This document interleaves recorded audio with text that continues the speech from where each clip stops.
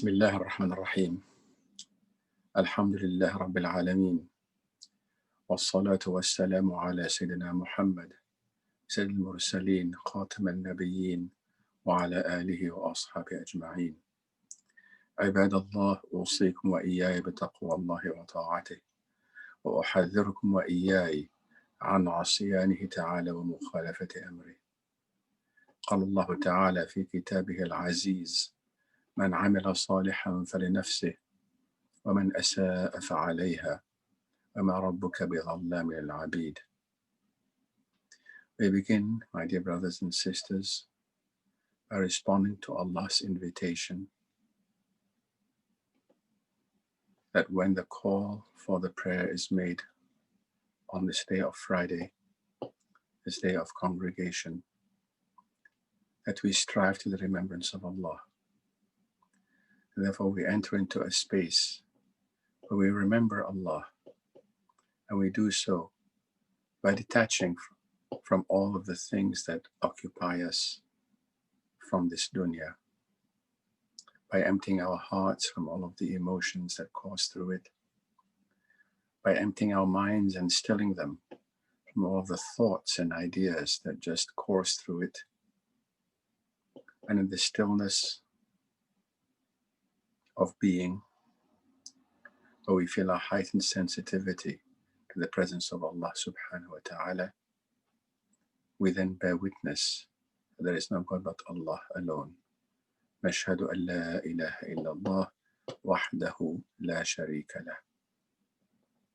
We bear witness that there is no God but Allah alone, and that He has no partner. And we complete this testimony, my dear brothers and sisters, by bearing witness that our beloved Prophet Muhammad, peace and blessings be upon him, is His beloved servant and messenger, whom Allah sent for no other purpose than to be a rahmatan lil alameen, to be a mercy to the worlds. Allah said, وَمَا أَرْسَلْنَاكَ إِلَّا رَحْمَةً لِلْعَالَمِينَ. We have not sent you except, which means for no other purpose than to be a mercy to the worlds. And rahmah, as we have repeatedly said, is the fundamental descriptor that Allah describes of Himself. Bismillah ar-Rahman ar-Rahim, repeatedly in every surah. Allah, the All-Merciful, the All-Compassionate, who has decreed upon Himself rahmah, كتب على نفسه الرحمة.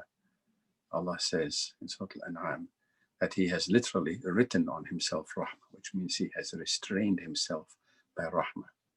So Allah is a God of rahmah, who created as an act of His rahmah, Ar-Rahman, علم القرآن خلق الإنسان علمه البيان. In Surah Ar-Rahman, you get this sense that the creation of the universe, the creation of man, the creation of the Quran, the teaching of man, the Quran, are all aspects of God's rahmah, displays of God's rahmah. So God is fundamentally defined by His rahmah, and Muhammad was sent for no other purpose than to confirm this act of rahmah lil alameen, mercy towards all of the worlds. My dear brothers and sisters, I therefore urge you to be mindful of the purpose of our life, which Allah has said is to test us. Ayyukum ahsanu amala, which of you is best indeed, best in your actions. And we are all will be returning to Allah to be judged for our actions. My dear brothers and sisters, last week I gave a khutbah, the first khutbah, as a response to a question that was asked of me by several members of you about the events in France. And what I want to do today is to insert a remark which really reminds me of the importance of perspective, rather. You have heard me repeatedly talk about how the perspective by which we see things is critical to how we understand and how we therefore act, because we act based upon our understanding or our misunderstanding, if that is the case. And therefore, a lot of what I believe is important in our teaching is to look at our perspectives and to see if there are other perspectives, and to be able to put ourselves in the shoes of someone from that perspective. I've spoken often about this when I spoke about looking at all of creation and all of religion, looking at ourselves from Allah's perspective.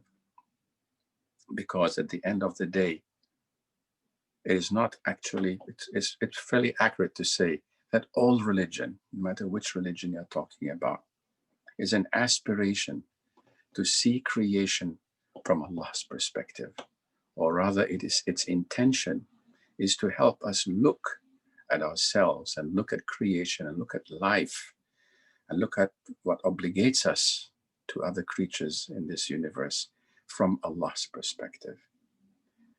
Now, what I want to share with you today is a piece that was written by a gentleman called Graham Fuller, which some of you may have known about, in which he commented about the issue in France. And really this particular piece which he wrote is called Islam, Cartoons of the Prophet and Murder. But the very fundamental theme that he tries to provide here is how looking at things from another perspective gives us an aha moment. Now, of course, he starts by saying that the spectacle of these executions of the caricatures of the Prophet are certainly horrifying. There's no justification for the murder of anyone over ideology or religion, full stop. However, and he adds that upholding free speech, a value that is familiar, affirmative, and comforting, is certainly valid. But if we unpack the issue of freedom of speech, we will see some situations where it's not the end of the story.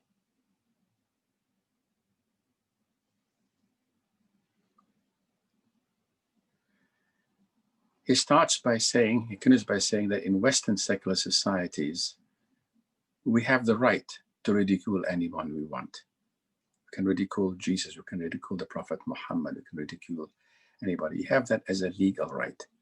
But in the exercise of rights, he asks, is there not a place for values of prudence and wisdom? We all know that the Supreme Court has said that, you don't have a right to shout fire in a crowded cinema because of the repercussions of what it would create. But beyond that, how sensitive, he asks, and thoughtful is it to insist on exercising a right of mockery when it is potentially upsetting to hundreds of millions of people? Especially when we live in multicultural societies where at least minimum respect for the feelings and the psychological comfort and security of others is called for. And he gives us a couple of examples to show how a different perspective on things that we take for granted can help us understand this. He says, I have the legal right, for example, to walk in the Black neighborhoods of Harlem in New York City or Atlanta, Georgia, and shout insults against Martin Luther King or Malcolm X, or to invoke the N-word about Black society. But what kind of a reaction would I get? Any sensible person, regardless of views, would realize that such an act was insensitive, hurtful, stupid, and potentially even dangerous in stirring up an angry reaction. Is it still my right? Yes, it is your right. Is it not? Of course it is. But how many liberals, he asks, would defend my right to mock and demean Martin Luther King and call him, an uppity, whatever. He gives a couple of other examples to make the point. But this one is even more relevant to the issue in France. I have the right to march down the street. Or do I have the right, really, to march down the street in the Netherlands or Germany with a poster showing Hitler holding a giant swastika, beating a well-fed Jew, surrounded by bags of money? I do not have that right legally in Netherlands or Germany or France. It is banned in several East European countries and in Russia as well. I may claim the right to publicly claim the Holocaust never happened. It was all a hoax. But actually, I do not have that right in 16 European countries, including in Germany or France, where it is a punishable offense. Now place that, brothers and sisters. But I do have the right, he said, to mock the Prophet Muhammad. Now that is what I mean by a difference in perspective that we need to really factor and understand.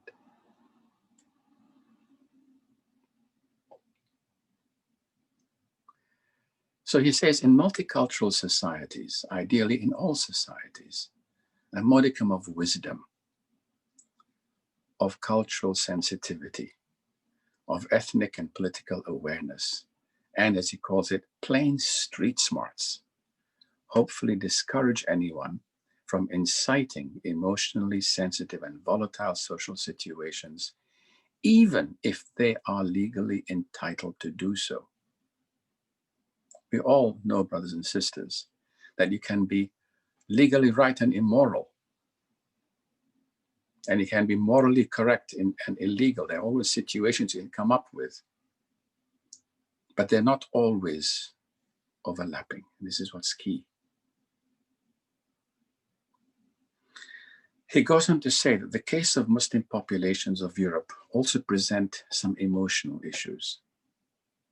Muslim citizens of Europe are very much in the process of integrating into European society in multiple respects, but deep tensions still exist. That is because most European states were never traditionally designed to be multicultural. They were traditionally monocultural. The United States, to the great extent Canada, and to a great extent even Australia, are more designed to be structurally multicultural.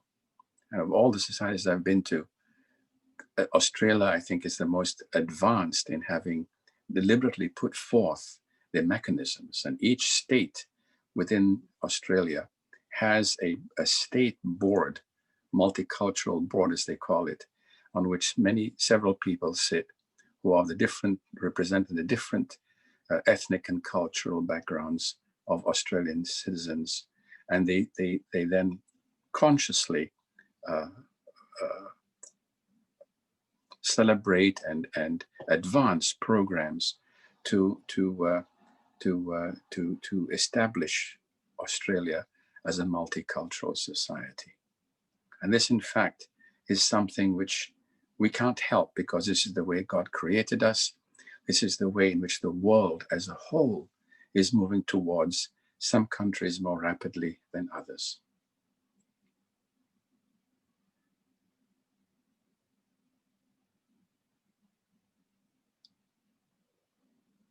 The Prophet Muhammad, he adds, is not only an actual historical, religious, and political leader. He also represents a core sense of identity to Muslim communities worldwide, and especially to those living as minorities. Yet many Muslims, he adds, still feel that they are treated as second-class citizens in the West, or in India, or in Myanmar. Now, the concept of freedom is peculiar.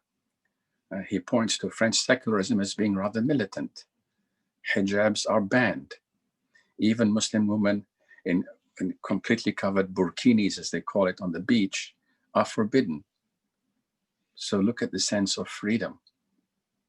And this rigid and militant secularism has ended up producing greater anti-Muslim tensions than anywhere else in Europe.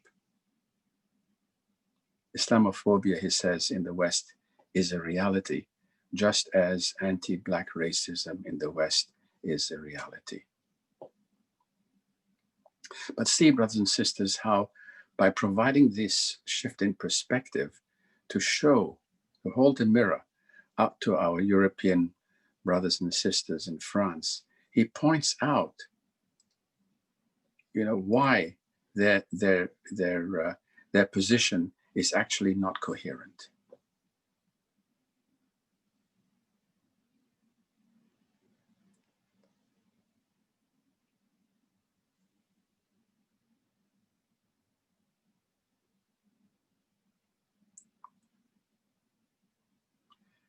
He goes on to say that the murderer of the school teacher Samuel Paty in France was an 18-year-old from Chechnya, a Muslim country that has been the target of a brutal war conducted by Russia against Chechen independence.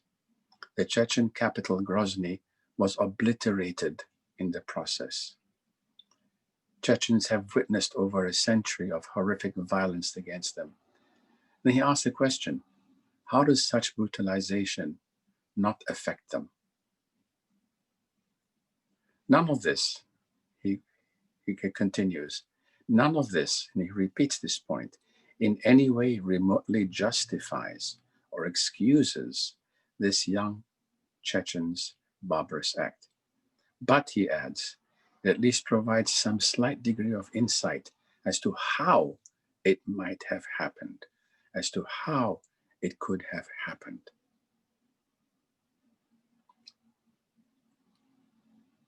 And part of managing societies is to manage the how by which things happen, brothers and sisters.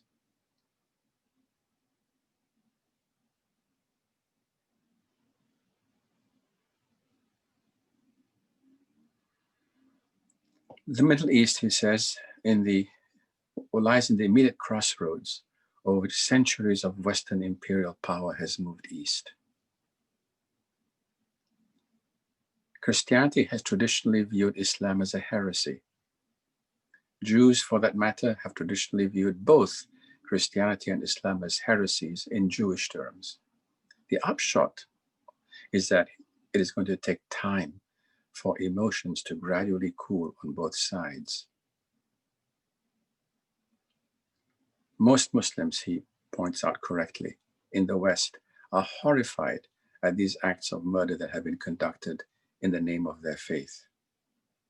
Yet when the president of France then chooses to characterize Islam as somehow representing a failed culture in the world, it is not surprising, Graham says, that most Muslims rise in defense of their faith, their culture, and their identity against such a sweeping attack against them.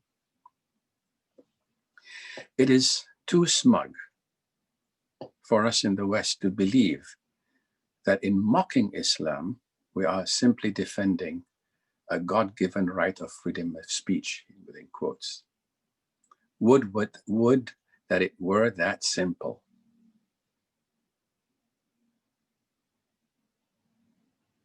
You might indeed wonder, he says, how many of these people who bait Muslims, or for that matter, bait blacks or any suppressed minority, are really acting out of pure idealism in defense of free speech.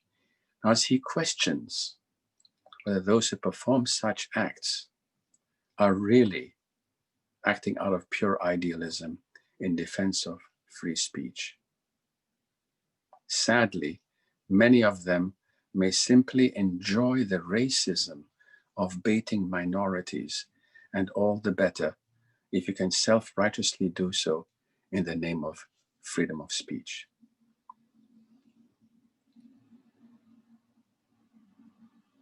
Freedom of speech, he concludes, has never been absolute anywhere, ever. I'll repeat this, brothers and sisters. Freedom of speech has never been absolute anywhere, ever. In realistic terms, it is always measured against existing circumstances.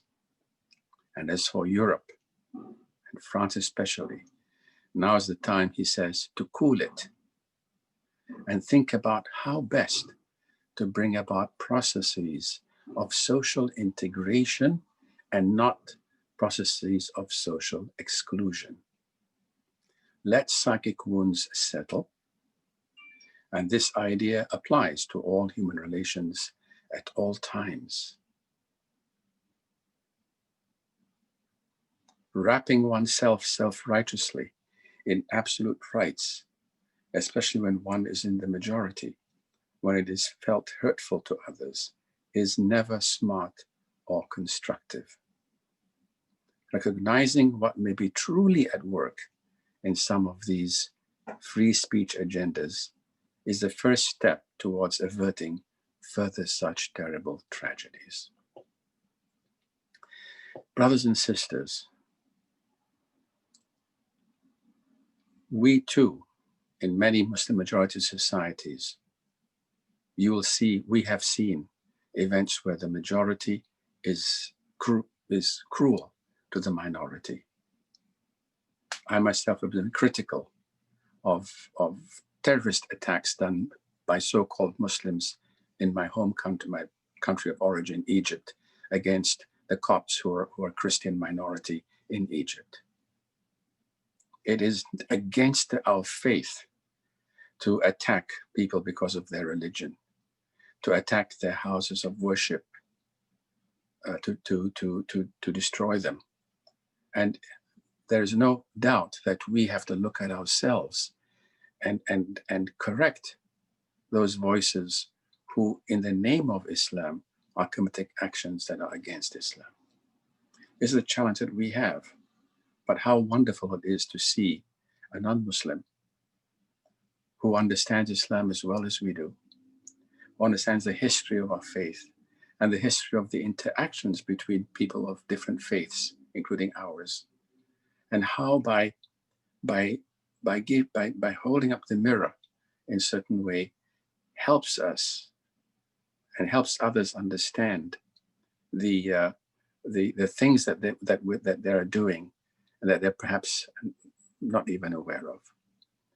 So brothers and sisters, I want to share this with you as part of the continuation on the response to the request to speak about the issue in France, because this perspective is helpful to us as we conduct our discourse and with those of our friends and interactions with people of other faiths and in other societies, because it is this providing of another perspective which helps people see why, if the shoe was on the other foot, they'll be reacting the same way. My brothers and sisters, pray to Allah that He may answer our prayers, that He may help us to be bridges of peace, because this is what our faith teaches us to do, to be witnesses of Allah, witnesses of peace, and to be witnesses in striving to establish a harmonious and peaceful society.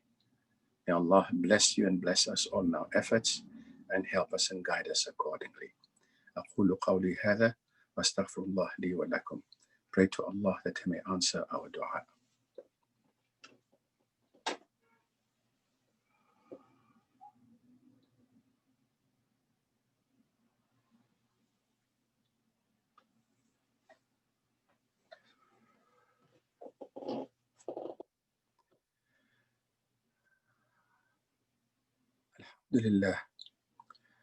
الحمد لله حمدا كثيرا كما أمر، ونشهد أن لا إله إلا الله وحده لا شريك له المتعالي عن المشاركة والمشاكلة لسائر البشر، ونشهد أن سيدنا ونبينا محمدا صلى الله عليه وسلم عبده ورسوله النبي المعتبر. واعلموا أن الله تعالى صلى على نبيه قديما، فقال تعالى: ولم يزل قائلا عليما وآمرا حكيما، تنبيها لكم وتعليما وتشريفا لقدر نبيه وتعظيما. إن الله وملائكته يصلون على النبي يا أيها الذين آمنوا صلوا عليه وسلموا تسليما. اللهم صل على سيدنا محمد وعلى آل سيدنا محمد كما صليت على سيدنا إبراهيم وعلى آل سيدنا إبراهيم في العالمين إنك حميد مجيد.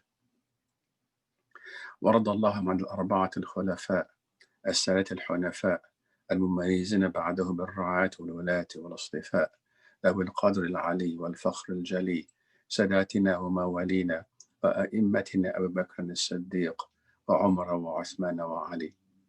ورضى عن السبقين السعيدين السنن الشهيدين القمرين النورين سيد شباب أهل الجنة في الجنة وريحان نبي هذه الأمة الإمام أبي محمد الحسن والإمام أبي عبد الله الحسين وعن أمهما فاطمة الزهراء وعن جدتهما خديجة الكبرى وعن عائشة أم المؤمنين وعن بقية أزواج رسول الله أجمعين وعن التابعين وتابع التابعين وتابعهم بإحسان إلى يوم الدين. اللهم اغفر للمسلمين والمسلمات والمؤمنين والمؤمنات الأحياء منهم والأموات إنك سميع قريب مجيب الدعوات يا رب العالمين. اللهم وأيد الإسلام وأعل وانصر كلمة الحق والإيمان. اللهم اجعل خير زماننا آخرة وخير أعمالنا خواتيمها وخير أيامنا يوم لقائك وارفع مقتك وغضبك عنا. اللهم ارفع مقتك وغضبك عنا. اللهم ارفع مقتك وغضبك عنا ولا تسلط علينا بذنوبنا من لا يخافك ولا يرحمنا يا رب العالمين. اللهم أصلح أحوالنا وبلغنا مما يرضيك آمالنا واختم بالصالحات أعمالنا وبالسعادة آجالنا وتوفنا وأنت راض عنا يا رب العالمين. أسأل الله العظيم رب العرش الكريم أن يغفر لي ولكم والمسلمين أجمعين.